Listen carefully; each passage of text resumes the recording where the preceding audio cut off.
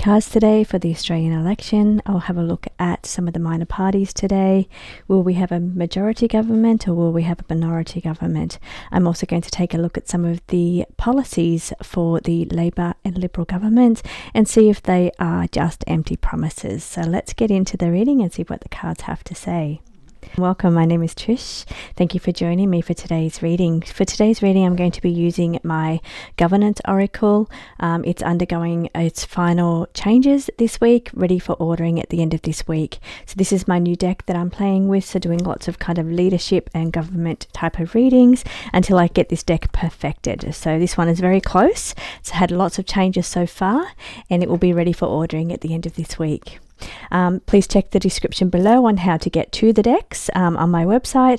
Also, there's other things in there like the membership perks that you receive there, and also our discount code for our Otter Spirit jewelry, which is the jewelry that I wear for the crystals. So that discount is also in the links below. So I want to do a heartfelt welcome to all the new subscribers and also the new members as well, and all my current members. But I also want to give a lot of gratitude out there to everybody that continues to watch my videos. I'm very truly thankful for you being here today. So let's get into this reading. I'm going to start with there's a lot of minor parties, so I'm not going to go through every party today. I'm just going to go through some of the bigger known ones.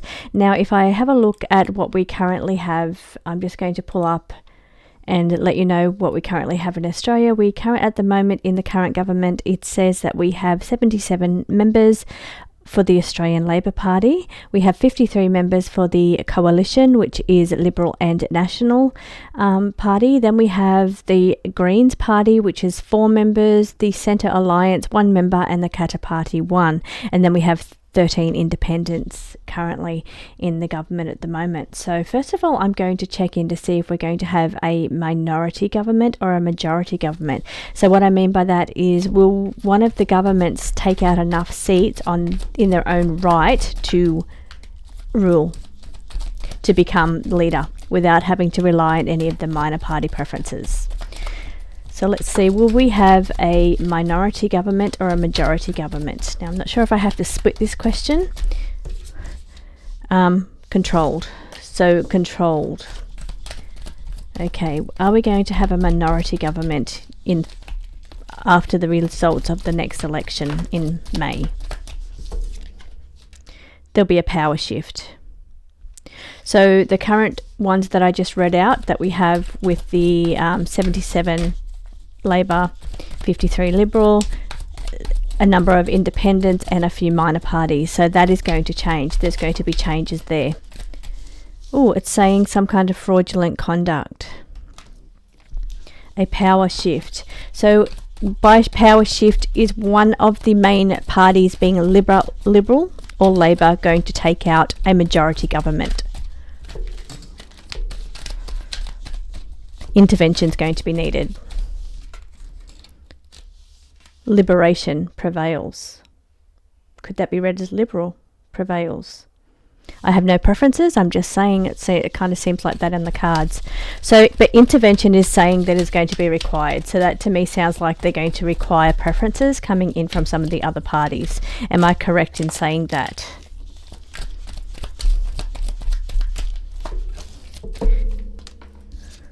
Knowledge withheld. Knowledge withheld. Around where they're getting their preferences from.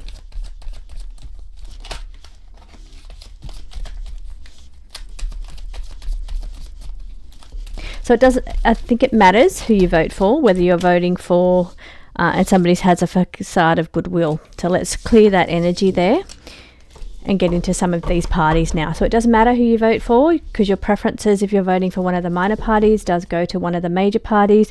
And it does look like there's going to be a shift in some of the seats in the House of Representatives.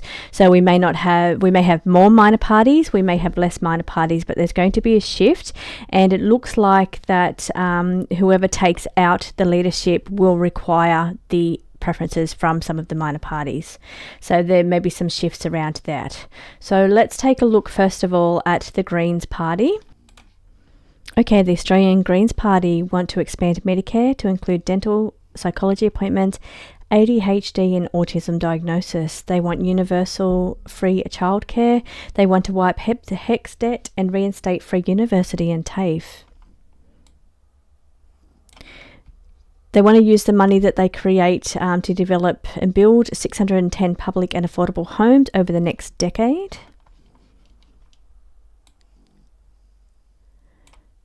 They want to make supermarket price gouging illegal and break up the Coles and Woolworths duopoly. Raise Centrelink payment above the poverty line.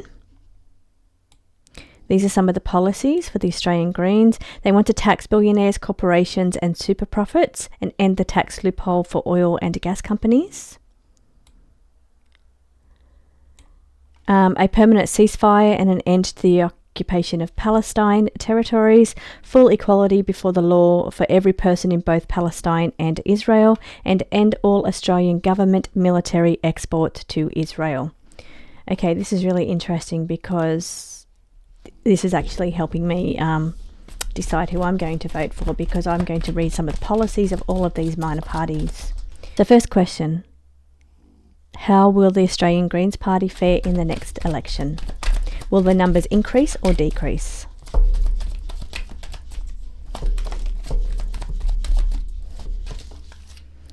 No. So no. So no to me, a straight up no is a powerful answer, but I just feel like that means they won't get in. I was also, and obviously they won't, but either looking into revealing corruption or corruption will be revealed here, and a homegrown threat. Now, I feel like the answer to the no is obviously they're not going to get in, but one of the questions I wanted to ask was, will they be able to get in some of those policies that they're putting forward? I feel the answer is no for that. So, I mean, some of them may come through, but I feel the answer is no with the Australian Greens Party. So I'll leave that one and go to the next one. Let's take a look at the Australian Labor Party, because it's next on the list here. We'll take a look at some of the policies and ask if they're empty promises. Okay, the Australian Labor Party wants to expand and help to buy program for first home buyers. There's going to be a lot of policies on this one. I won't read them all. Okay, the platform is boosting public services, increasing funding for Medicare, additional 18 million bulk billed GP visits a year. Opening Medicare urgent care clinics. We see that on the ads all the time on our TV. What else are they standing for? Additional tax cuts, reducing the lowest tax bracket from 16% to 14% over 2 years. 150 energy bill relief for Australian homes. More investment in renewable energy to 82% renewable by 2030 to reduce electricity prices and carbon emissions. And they want to make supermarket price gouging illegal. So let's pull some cards on their policies that they're bringing forward and see if they are empty promises or if we're going to see any of these happen. Okay, so they've got some innovative new ideas. Look at that, empty promises. So a lot of these are empty promises. So whether that means, some of them though are true to their word. So some of these are policies in the Australian Labor Party true to the word. They really want to do these things, but some of them are just empty promises. So whether that means they are true to their word, they want to do these, but they don't get elected, so they cannot bring the policies through, or whether they are just, some of them are just empty promises, but some of them are true to their word. Again, I'm quickly going to ask, how will the Australian Party fare in the upcoming election? Please be aware of any clauses. There's some hidden clauses within policies or policy changes when it comes to the Australian Labor Party. Now, I feel that's already happened, particularly with the social media misinformation, disinformation policy changes they were making. A financial shake-up around for policy. So a financial shake-up maybe as a hidden clause in some of these policies. Okay, how will the Labor Party go in the upcoming election?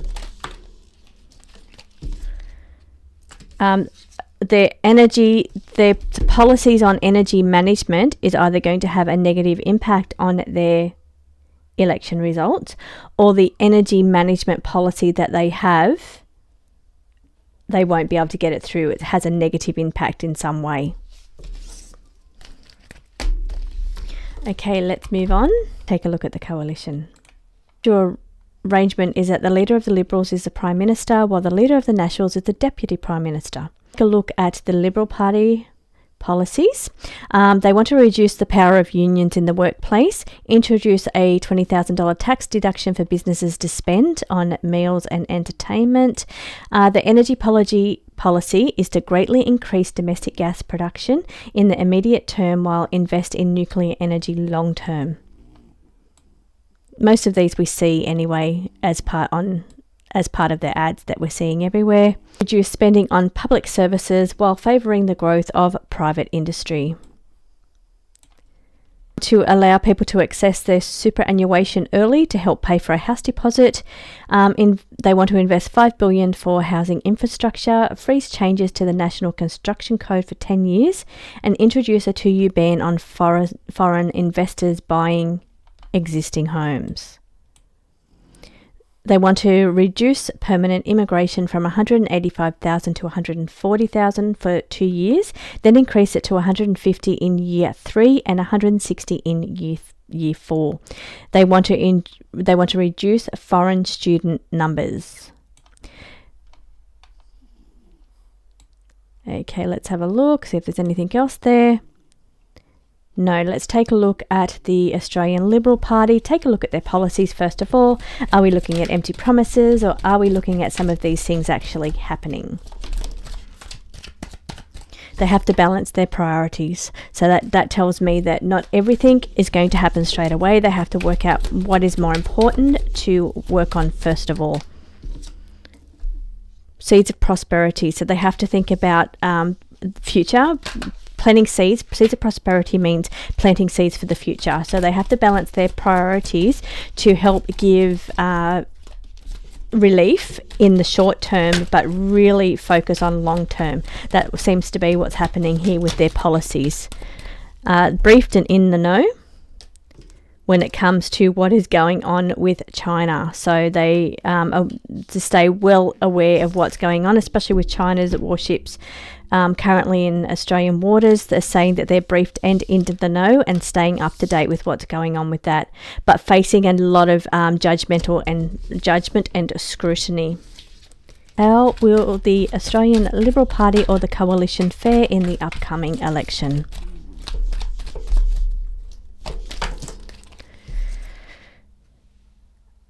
They have a facade of goodwill. When it comes to collective action, that is normally the rights of the people, but I think that's like a coalition with the Liberals and the Nationals. I think what that card is trying to say. So a facade of goodwill when it comes to economic growth, environmental concerns, a facade of goodwill, and here I see a deal being made to help them with power. So that to me sounds like it could be either a deal made with another country or a deal being made with the for preference votes there. I got that in the last reading as well. So let's move along. Pauline Hanson, One Nation Party, want to reduce immigration by capping visas at 130,000 a year. They want to make essential services such as power, water, telecommunications, roadways and ports off limits to foreign investors and end the sale of property to non-residents and non-citizens. A 5-year moratorium on charging GST on building materials to reduce the cost of new housing and support construction industry for new homes up to the value of $1 million. They want to remove mandatory disability compliance requirements for all new homes. Abolish the National Indigenous Australians Agency and withdraw from the international agreements such as the UN, the WHO, the Paris Agreement, and the withdrawal from the UN Refugee Convention. So let's take a look at the One Nation Party and how they will fare in the upcoming election.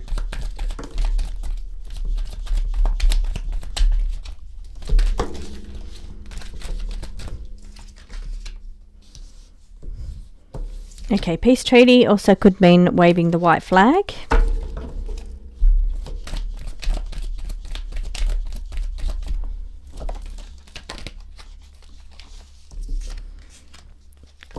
Shadow ruler.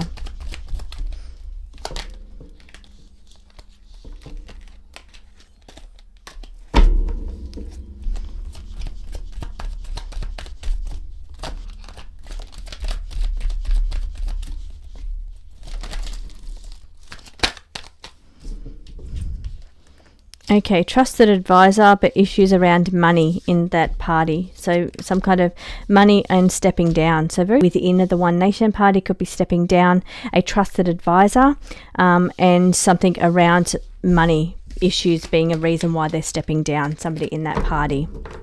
To do this, I'm going to do the Great Australian Party only because it's on my screen right at the moment, so I can see what their policies are.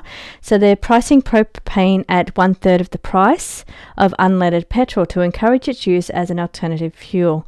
They're opposing the sale of uranium yellowcake and fracking, and against the Kyoto Accords and carbon taxes. Let's see what I can see from here. They want to promote the restoration and preservation of the Commonwealth Constitution Act and oppose transferring Telstra and telemarketing services offshore in pursuit of globalism. This is founded in 2019 by former One Nation member Rodney Colleton, who was briefly a senator for Western Australia. Limit foreign investment in the nation's energy system to 49%. Promotes turning back boats carrying asylum seekers before they enter Australian waters, and withdrawing from UN treaties on migration and refugees. So let's take a look at the Great Australian Party and how they will go in the next election. Okay, so I'm seeing an unexpected alliance here to win favour. So I think that sounds like preferences for them, where their preferences are going.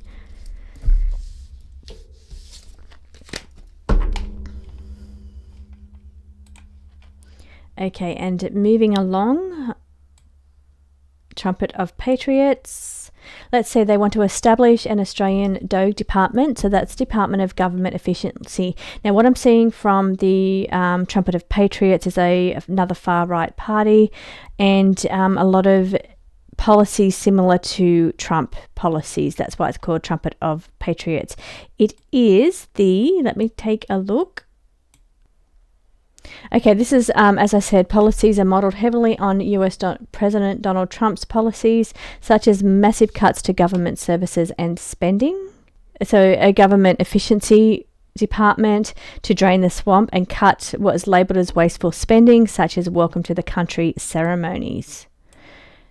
They want to cut regulation on private industry, cut immigration, and prioritise migration from nations with compatible values, limit the ability of foreign buyers from buying land and homes and agricultural land in Australia, end government subsidies on energy, and let the free market decide how to best create energy grid, however, anti-renewable energy, and want to open more coal-fired power plants. Supporting Ukraine in its struggle against Russia, and claim that the Liberal Party is moving towards left-wing woke politics, and the school system is pushing far left woke ideology. So against digital IDs is another one, and central bank digital currency, so against that as well.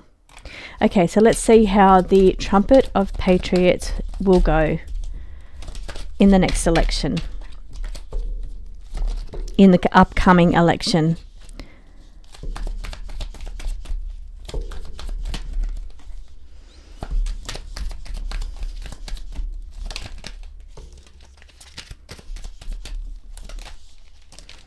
Okay, so first card we have is no. No, they'll be facing some difficulties. Okay, but they will be holding it together and finding a solution. Maybe because they're such a new party, maybe they're lacking readiness at the moment, but they're going to hold it together, so maybe that will change for the next election. It does say mourning a loss as well. Okay, so thank you so much for joining me for this. I hope that this brings a little bit of clarity. I know I learn a lot about some of these minor parties. Please don't forget to like this video, to subscribe if you haven't already subscribed for more card readings. Anything you'd like to see in these cards as well, it's on its final changes before it gets ordered. Free to leave a comment. I love reading your comments, and I do try to answer most of them. I don't always get time to get through all the comments, but I do get to read them, so I do enjoy seeing your comments. And because we're talking politics, I do believe everybody has a right to their own beliefs, has the right to vote on whoever they want to vote on. So keep those comments clean, keep them fair, keep them in harmony and alignment, rather than negative towards each other. So thank you so much for joining me. I'll see you again next time.